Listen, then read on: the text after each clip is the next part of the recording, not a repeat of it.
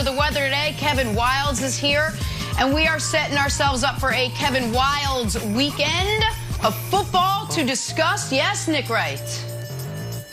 Oh, I didn't know we were setting ourselves up for a Kevin Wildes weekend. But while my camera gets adjusted, I just want to say to America, once again, what do we do on this show, Jenna? We give out winners over Thursday Night Football. Pay everyone our money. Just giving out winners. Oh, there it Just is. giving out gambling winners. That's all we do. I know Fox Bet Live thinks that's their corner. No.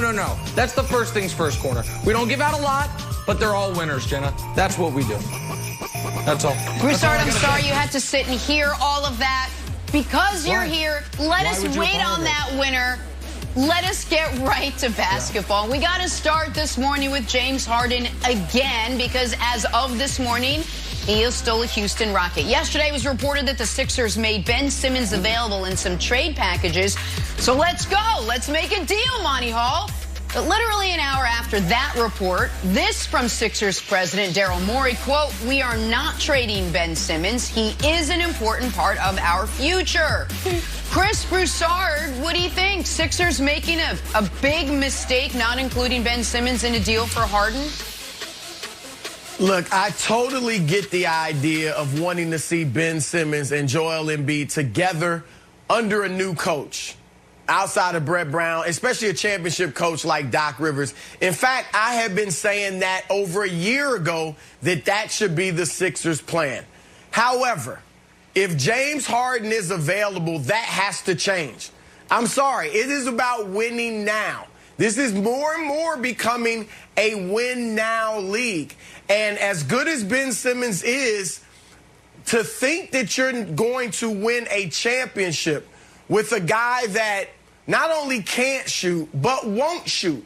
And it's been 3 years now, and he has made minuscule progress in terms of his willingness to take jump shots. 20 years ago, maybe even 10 years ago, that would have been fine. But now, your primary ball handler, I don't think he can be a guy that won't take jump shots. Milwaukee learns that every postseason with Giannis. And Giannis is light years ahead of Ben Simmons when it comes to taking and making jump shots. So James Harden and Joel Embiid give you a chance, a legitimate chance to win the Eastern Conference Championship and maybe more.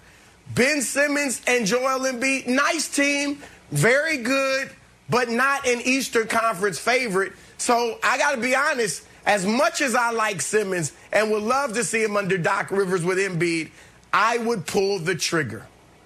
Oh. So here's what I want to say about Daryl and then about the Sixers. And full disclosure, I really like Daryl, not just as a GM, as a guy. I consider Daryl not a close personal friend. And I'm now going to look into the camera and say this. My close personal friend, Daryl Morey, has a problem.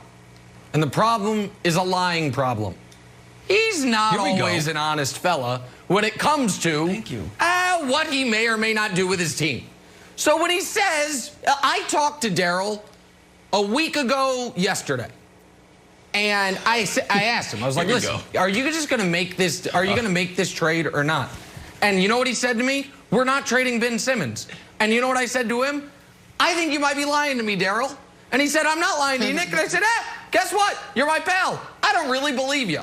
Now, I do believe he is not dead set on trading Ben Simmons.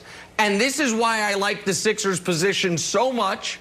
And while we're not doing our NBA season preview predictions today, when we do them, I very well might have the Sixers winning the Eastern Conference because Wildes, I think they have something of a free roll. I think they can start this season and say, Ben Simmons, Seth Curry, Danny Green, Tobias Harris, Joel Embiid as our starters, some legitimate depth on the bench. Dwight Howard, obviously, Thibault, Korkmaz. There's an important player I'm leaving out. But regardless, I think they go 9, maybe 10 deep. I think all of, Shake Milton, pardon me.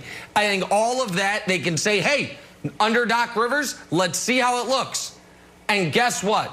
If it doesn't look good, they know they can present the best package for Harden. So you try it out, You see if it works, and if it's working, great. And if not, you're going to add an MVP candidate. To me, that's a no-lose situation for the Sixers unless the Rockets call you and say, we're trading Harden today to somebody else unless you put Simmons in the deal, and I don't think that's happening. So I don't necessarily believe Daryl entirely, but I think the Sixers are in a great position. So there's two ways to look at Daryl's quotes. One, the most optimistic one is like, it's like a fisherman's fib. It's like, how big was the fish? It's like, it was this big and was actually that big. The most pessimistic version is like, they're just straight up lying. And fool me once, shame on me. Fool me twice, shame on you. Because when Daryl traded Chris Paul back to the Thunder, he was never on the Thunder beginning, but when he traded him to the Thunder, Chris Paul's like, what gives? You told me last week that I wasn't being traded. And he told Mark Spears of the Undefeated, hey, my initial reaction, I was shocked. Truth be told, just talk to the guy. Said I wasn't going to be traded. That's funny because it's going to be the headline. That's just the way it is. So Broussard, I think that he's eroding trust. If he ends up trading Ben Simmons for Harden after vociferously saying I'm not trading him, and Broussard, we haven't even brought up, out of the kindness of Nick's heart, but he also told Nick that he was going to do live games on Twitch. That's another lie. Yeah, so between these two things, he did tell me that. If I was on the Sixers, I'd be like, I don't know. This guy just got here. I don't know if I can take his word for, word is bond. No, that's absolutely right. But here's the thing. To Nick's point, if the Sixers start the season with Embiid and Simmons, and it's just not working, I mean, they're pretty good, but not looking like a contender, then you can easily make that trade for Harden, and nobody will say, wait, hey, you said you wouldn't trade Simmons. You can say it wasn't working out. I will. Because there are a lot of people in Philly that think that Simmons and Embiid, while they're cordial, they get along, there's this inner competition between them that might keep them from working together, maximizing each other's ability, because each of them wants it to be their team. Each of them wants to be the superstar. You bring in Harden, he's 31 years old. He's kind of a different generation. That's an overstatement, but you know what I mean, than Joel Embiid. Yep. And NBA so it could be more big brother. Yeah, big brother, little brother. Here's the other thing. How a lot of people are worried about how long Embiid is going to be an elite level player. He is injury prone. We know that. He's never played more than 64 games. Do I have more than 4 years of Joel Embiid at this level left? I get, Nick, you are absolutely right in that ideally I would want to see Simmons and Embiid together at least up until the trade deadline, if not for the whole year. However, Harden might be gone by then. That's the problem. If he's gone by then and you never get a chance to get him, then you're in trouble.